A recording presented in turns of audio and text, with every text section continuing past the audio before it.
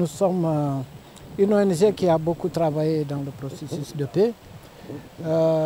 Depuis 20 ans, nous sommes sur le terrain en partenariat avec l'ANRAC et avec le CNAMS. Il faut dire que depuis octobre passé, j'ai eu l'occasion de participer à l'atelier de validation de la stratégie nationale de déminage proposée par le CNAMS.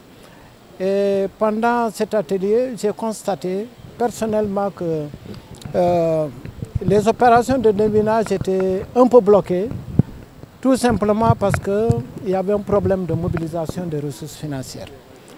Donc au sortir de cet atelier, après plusieurs réflexions, j'ai échangé avec aussi nos partenaires de l'ANRAC. Il faut dire que les deux composantes déminage et réinsertion, intégration sont tellement liées qu'il fallait communiquer avec ces deux structures-là pour voir quelle est la meilleure formule pour déjà aider l'État du Sénégal d'abord à respecter ses engagements internationaux par rapport à la Convention d'Ottawa.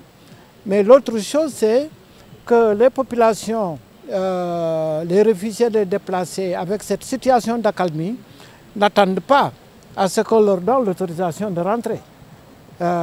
Donc aujourd'hui, nous sommes dans une situation où il faut impérativement que ces deux structures-là soient opérationnelles, qu'elles aient les capacités financières pour faire face à la demande. Donc c'est ça qui m'a motivé. Et après, j'étais obligé d'aller voir l'ambassade de Suisse, comme voilà, Excellence, c'est un de mes amis. On a échangé sur le contexte, parce qu'il faut dire que la Suisse a beaucoup contribué dans l'exécution des opérations de déminage, parce que déjà en 2006, mon ONG a travaillé avec Appel de Genève.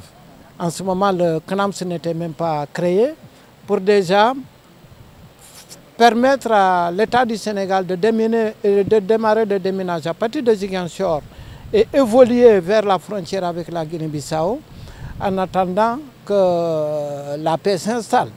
Et là, ça a été très fructueux. C'est à partir de ce moment que l'État a accéléré en 2008 et il a créé le CNAMS.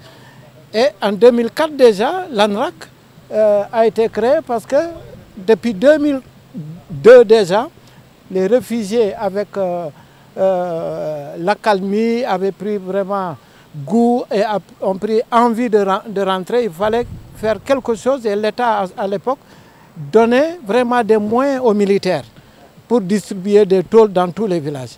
Maintenant, avec l'ANRAC, l'État a compris que carrément il faut mettre en place une agence. Déjà pour que ça ne soit pas l'affaire des Casamançais, mais que ça soit une affaire nationale. Aujourd'hui, avec cet atelier, ce que nous cherchons, c'est de renforcer les capacités et les moyens d'intervention du CNAMS et de l'ANRAC. Et là, comme on a compris qu'il n'y a pas ce groupe des barres de fonds Casamance opérationnel sur le terrain, il fallait créer des stratégies. Donc la stratégie, c'est de se dire, on mobilise les barres de fonds. On leur présente un projet d'urgence d'1 an. Parce que déjà, si on prend le déminage humanitaire, il nous reste 1 700 000 m² à déminer. 1 700 000 m² à déminer, il nous faut 6 milliards de francs CFA. Si aujourd'hui on mettait sur la table un dossier pour solliciter 6 milliards, ce sera très difficile. Donc, notre stratégie, c'est de se dire, on met en place un projet annuel. Le CNAMS a évalué ce projet à 1 779 millions de francs CFA. L'ANRAC aussi a fait pareil pour dire, ok, il y a des zones où il y a une affluence. Le département de Ziguinchor, où les opérations de ratissage ont permis aujourd'hui de créer des conditions de sécurité et de stabilité, et une bonne partie du département de Bignona avec la zone de Kataba et Djignaki.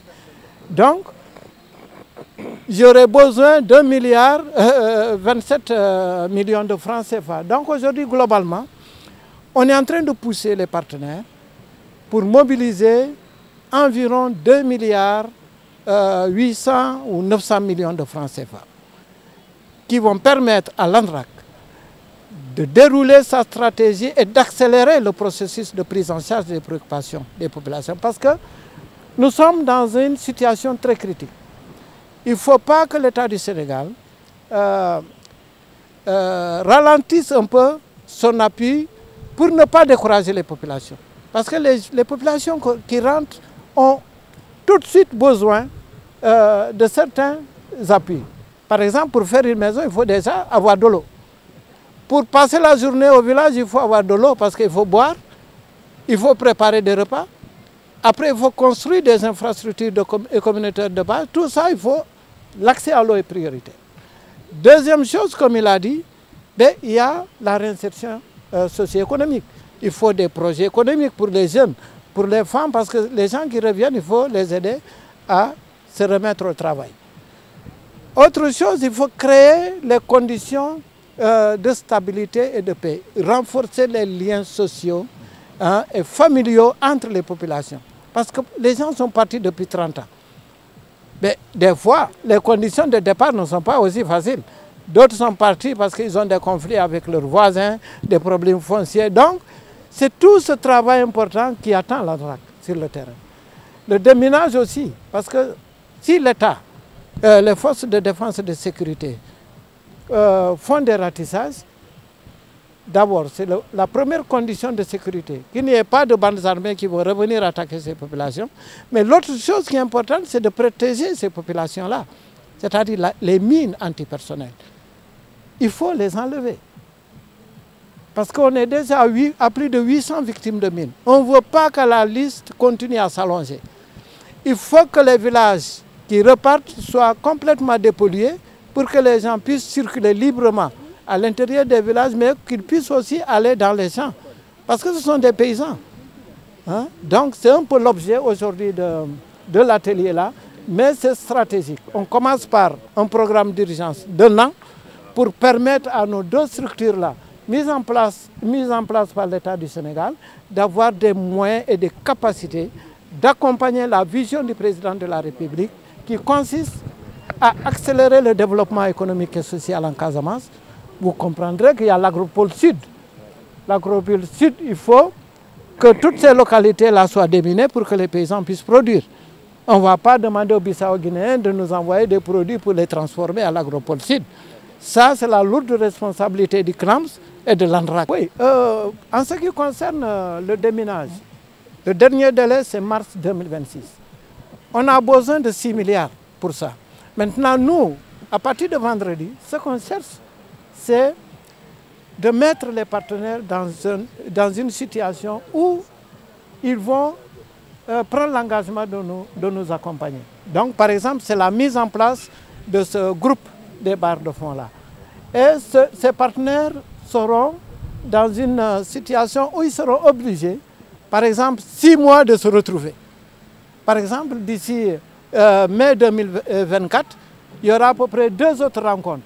Et c'est là où le CNAMS et l'ANRAC seront aussi mis à contribution pour qu'ils programment encore des projets qui vont en tout cas aller vers 2026. Donc l'ANRAC pourra rattraper en tout cas toutes ces prévisions budgétaires à l'horizon de 2026 et le CNAMS va faire pareil. Donc on sera dans une situation où en 2024 peut-être on va leur présenter des projets de 2 ans et de 3 ans pour se rattraper. Parce qu'aujourd'hui, notre stratégie, c'est de les avoir. Les ramener parce que depuis 2011, ils ont quitté la Casamance. Ils viennent individuellement soutenir des efforts, mais nous, on veut les avoir ensemble pour que le CNAMS et l'ANRAC puissent avoir des dotations budgétaires assez importantes, y compris la contribution de l'État du Sénégal.